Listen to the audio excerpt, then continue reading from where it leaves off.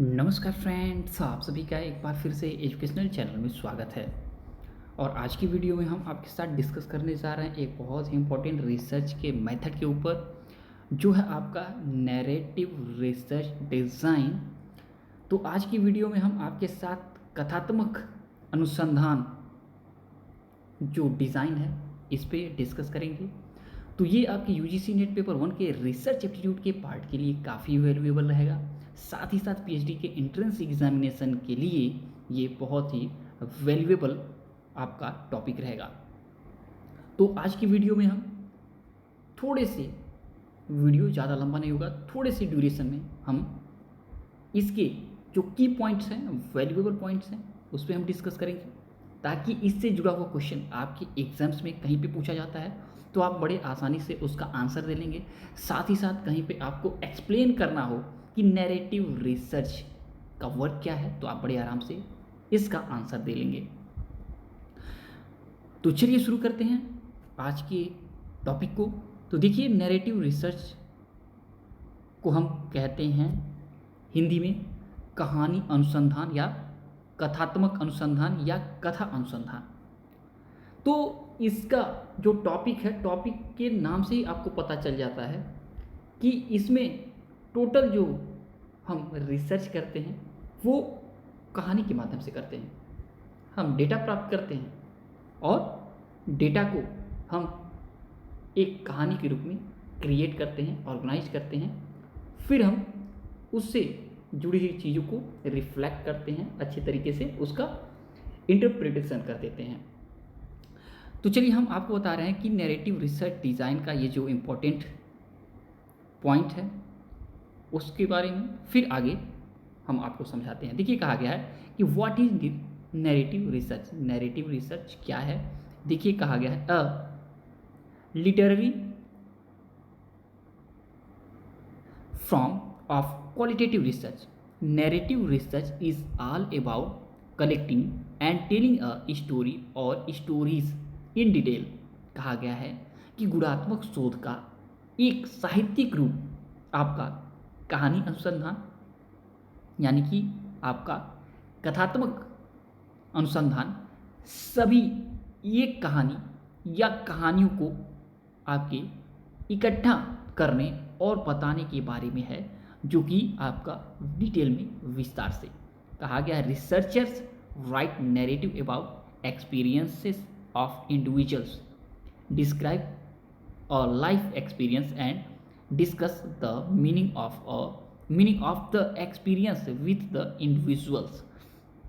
तो यहाँ पे कहा जा रहा है कि शोधकर्ता व्यक्तियों के अनुभव के बारे में कहानी यानी कि नैरेटिव यहाँ पे या स्टोरी लिखते हैं, जो एक जीवन के अनुभव का वर्णन करते हैं और व्यक्ति के साथ अनुभव के अर्थ पर चर्चा करते हैं। आगे कहा गया है कि usually a narrative research design is focused on studying and individual person.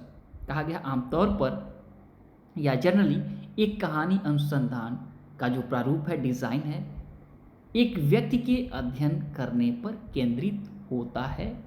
कहा गया the researcher becomes the interpreter of the individual stories as opposed to a community.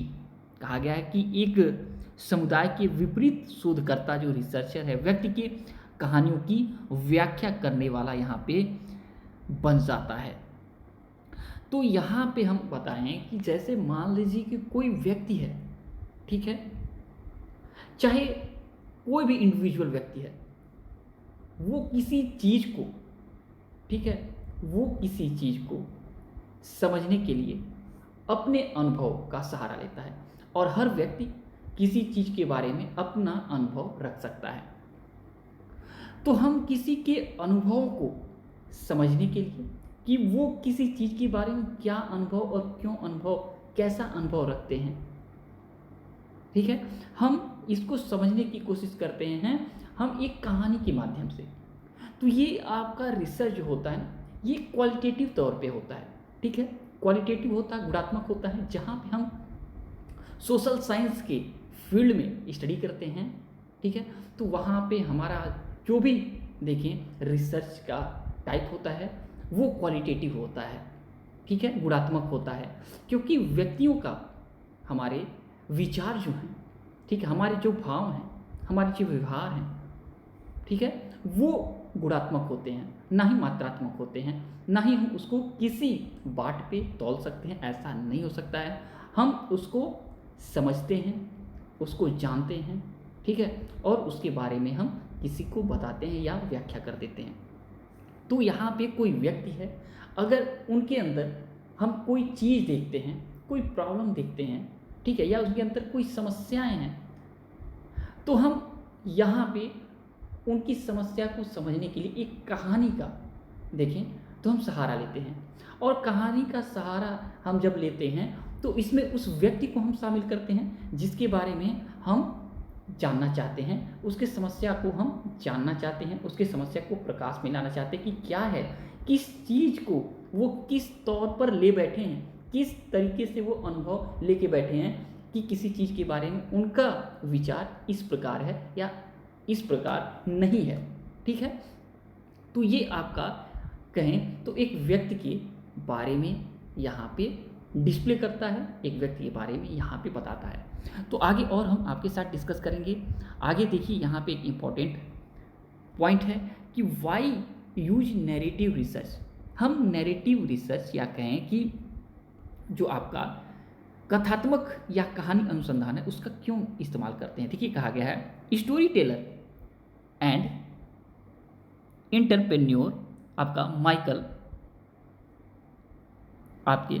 Michael Margolis shares what it mean to think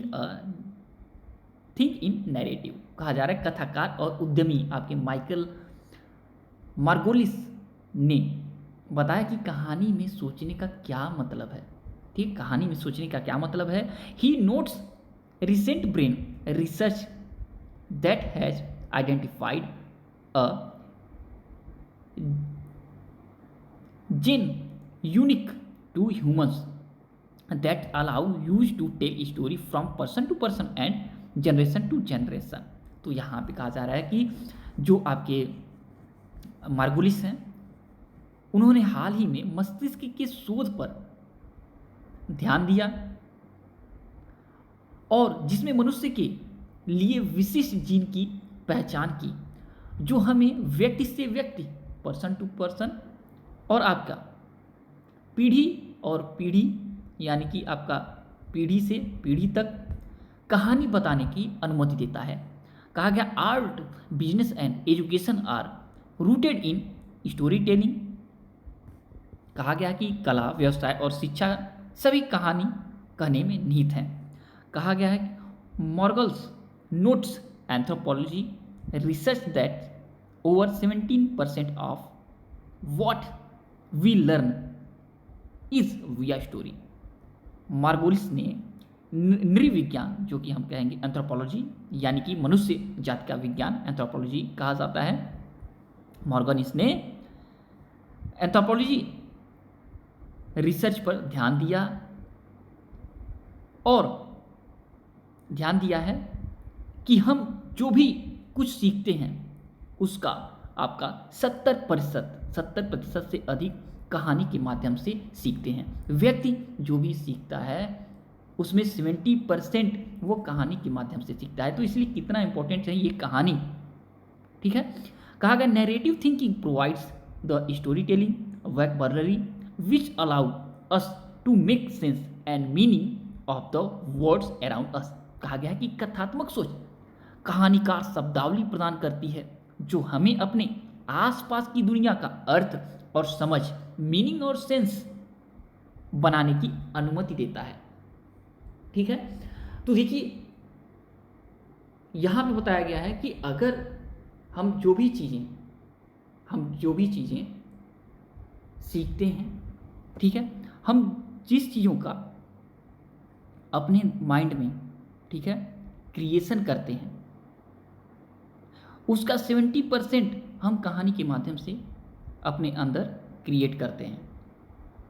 तो इस कहानी को अगर एक researcher, ठीक है, एक व्यक्ति से इंटरव्यू के माध्यम से, वर्बली तौर पे लेता है डेटा के रूप में, ठीक है। उससे जुड़े हुए जितने भी डॉक्यूमेंट्स हैं, टैक्स हैं, उनके लेटर्स हुए, ऑटोबायोग्राफी हुई, ठीक है, उनसे जुड़ी हुई जो भी चीज़ें हमें मिल जाती हैं उसको लेते हैं, और फिर ये सभी रॉ डेटा जो हम डायरेक्ट लेते हैं और उससे जुड़ी हुई चीज़ें जो लेते हैं, उसके पूरे रॉ डेटा को क्या करते हैं, बेहतर तरीके से ऑर्गेनाइज करते हैं, हम उसको बड़े अच्छे तरीके से व्यवस्थित करते हैं, फिर उस व्यक्ति के साथ हम बैठते हैं, उससे जुड़ते हैं और उसके साथ डिस्कस करते हैं।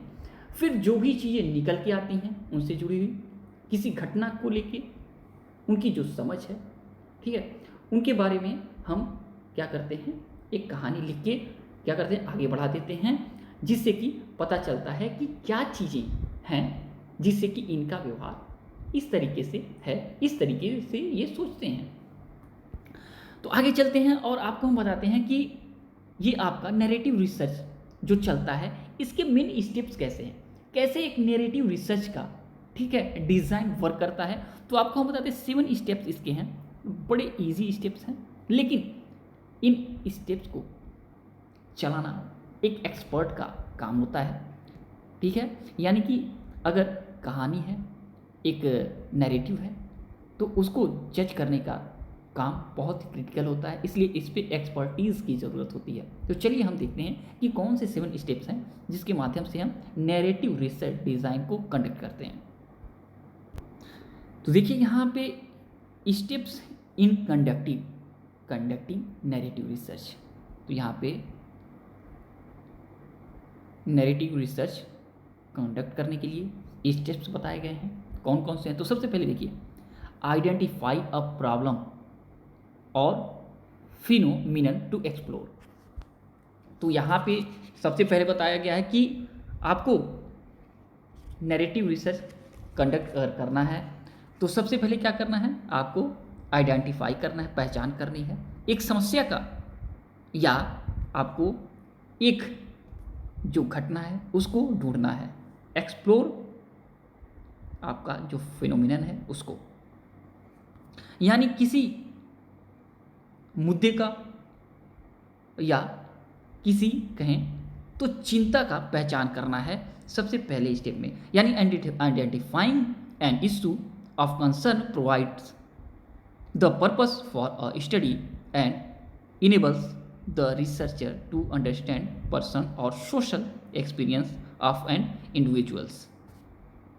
सेकेंड आपका जो स्टेप्स आता है वो है सेलेक्ट वन और मोर पार्टिसिपेंट्स टू स्टडी, यानी कि जो प्रतिभागी हैं उनका चयन करना, ठीक है, एक या एक से ज़्यादा प्रतिभागियों का चयन करना, जिससे क्या करेंगे, जिससे कि हमें डेटा मिलेगा। लेकिन इन प्रतिभागियों का चयन थोड़ा एक्सपर्टीज़ के तरीके से आपको करना है, ताकि जो हमारा इश्यूज है उससे जुड़ा हुआ सही जानकारी उस पार्टिसिपेंट से प्राप्त हो जाए।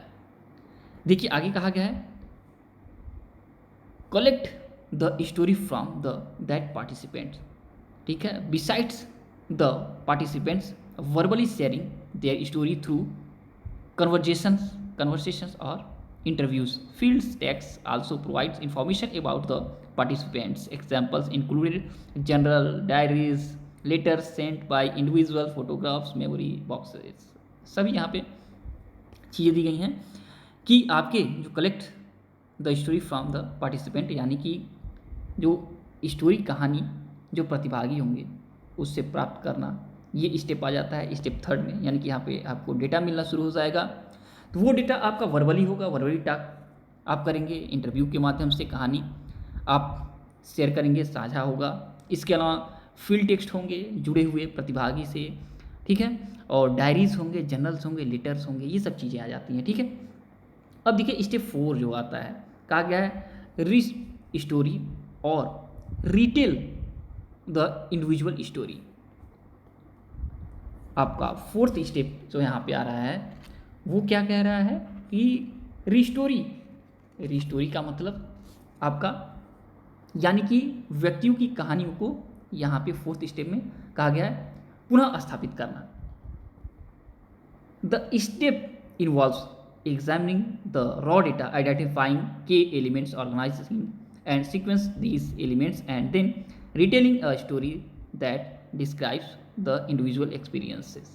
ठीक है, तो यहाँ पे जो रॉ डेटा है, कच्चा डेटा है, जो प्राप्त हुआ है किससे, पार्टिसिपेंट से जो प्राप्त हुआ है, उनके पहचाने गए जो आपके एलिमेंट्स हैं, जो तत्व हैं, उसके आधार पे व्यवस्थित किया जाता है और फिर से कहानी को क्या किया जाता है, फिर से लिखा जाता है, रिक्रिएटिंग किया जाता है, जो व्यक्ति के अनुभवों का वर्णन करता है। और रिस्टोरिंग जो है आपका पुनर्स्थापित जो है नैरेटिव है, कहानी है, को लॉजिकल देखें तार्किक क्रम में क्रमबद्ध करके कहानी को समझने में क्या किया जाता है, मदद लिया जाता है। ये आपका स्टेप हो गया। अब स्टेप 5 हो गया कोलैबोरेट विद द पार्टिसिपेंट्स या स्टोरी टेलर। ठीक है, तो यहाँ पे कहा गया कि कहानी या प्रतिभागी के साथ सहयोग की बात की गई है, यानी through out the narrative story collection process the researcher works with the storyteller to ensure the participant experiences are accurately portrayed। ठीक है, पोर्ट्रेड। ठीक है, तो यहाँ पे आपका स्टेप 5 में कहा गया है कि जो कहानीकार है प्रतिभागी के साथ सहयोग की बात है, जिसमें प्रतिभागी के अनुभवों को सही ढंग से चित्रित किया जा सके या वर्णन किया जा सके। ठीक है, तो यहाँ सहयोग की बात की गई है स्टोरी टेलर की, यानी कि जो पार्टिसिपेंट्स हैं। कहा गया स्टेप 6 आपका छठा स्टेप है कि right a story about the participant experiences. ठीक है, तो यहाँ पे जो छठा स्टेप है इसमें कहा गया कि प्रतिभागी जो हैं के अनुभव के बारे में एक कहानी लिखना यहाँ पे आ जाएगा। तो usually the biggest steps in narrative research the participant life experience are written in a story by the researcher. तो यहाँ पे कहा गया है कि सामान्य तौर पर कथा अनुसंधान में सबसे बड़ा कदम देखा जाए तो यहाँ पे प्रतिभागी के जीवन के अनुभव को शोधकर्ता के द्वारा कहानी में लिखा जाना है। ठीक है, यहाँ पे कहानी में लिखा जाना है, highlighting specific themes that emerge. तो आगे कहा गया कि कहानी के दौरान उभरे विशिष्ट विषयों पर प्रकाश डालना और कहानी अनुसंधान के महत्व के बारे में एक खंड यहाँ पे शामिल करना पाठकों के लिए क्या होता है, मददगार साबित हो सकता है। आगे कहा गया है जो स्टेप है 7th, इसमें कहा गया वैलिडेट द रिपोर्ट एक्यूरेसी। ठीक है, यानी रिपोर्ट की सटीकता की मान्यता यहाँ पे 7वां स्टेप रहेगा। तो कहा गया है an accurate report is essential to preserving the story. यहाँ पे कहा गया कहानी को संरक्षित करने के लिए एक सटीक रिपोर्ट की आवश्यकता है, यानी जो रिपोर्ट होगा वो काफ़ी सटीक चाहिए। ठीक है, कंजर्विंग करने के लिए, क्योंकि कंजर्विंग करने के लिए यहाँ पे वैलिडेशन की बात की गई है, इसलिए क्या होना चाहिए कि कहानी को सटीकता की रिपोर्ट की आवश्यकता है। Confirming with individuals and searching for disconfirming evidence which protect the story credibility. तो यहाँ पे कहा गया है कि व्यक्तियों के साथ चर्चा करना और डिसकन्फर्मिंग का मतलब जो आपके जो विश्वास है, ठीक है, वो सही हो या नहीं हो, तो यहाँ पे डिसकन्फर्मिंग की बात की गई है, यानी कि डिसकन्फर्मिंग का मतलब विश्वास की बात यहाँ पे।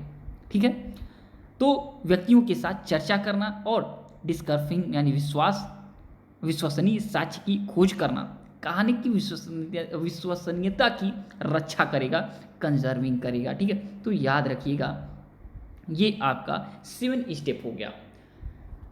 तो आपका नैरेटिव रिसर्च के देखिए 20 मिनट्स हो गए आपसे बात करते करते। अगर आप थोड़ा सा ध्यान देंगे तो ये आपका आराम से आपको समझ में आ जाएगा। तो फिर से हम बता दें, देखिए कि नैरेटिव रिसर्च कथात्मक शोध एक ऐसा शब्द है जो एक अप्रोच दृष्टिकोणों यानी अप्रोचेस के एक समूह को क्या करता है, रिसीव करता है, ग्रहण करता है, जो बदले में लिखित या बोले गए शब्दों या व्यक्तियों के दृश्य आपके प्रतिनिधित्व पर निर्भर करता है। ये दृष्टिकोण जो है, अप्रोच है, आमतौर पर व्यक्तियों के जीवन पर ध्यान केंद्रित करते हैं, जैसे कि उनकी अपनी कहानियों के माध्यम से बताया गया है। ठीक है, इस तरह के दृष्टिकोण पर जोर कहानी पर होता है और आमतौर पर दोनों को क्या और कैसे सुनाया जाता है। कथात्मक शोधों को अपने आप में एक शोध पद्धति माना जा सकता है, लेकिन अध्ययन के तहत ये एक घटना भी माना जा सकता है और इसमें कथा विधियों को वास्तविक दुनिया के उपाय माना जा सकता है, जो वास्तविक जीवन की समस्याओं की जांच करने के लिए काफ़ी उपयुक्त होता है। ये आपका नैरेटिव रिसर्च एक बुनियादी रेखी अप्रोच है। ये जीवन के किसी एक ही व्यक्ति के जो एक्सपीरियंस होते हैं, ठीक है, उसको समझने की कोशिश करता है। लेकिन आपको हम बता दें कि यहाँ पे थोड़ा सा जो रिलायबिलिटी है उसकी थोड़ी सी कमी हो जाती है यहाँ पे, क्योंकि कोई एक फिक्स पैरामीटर नहीं होता जिसके आधार पे हम क्या करते हैं, क्वालिटेटिव डेटा को तोल सकें।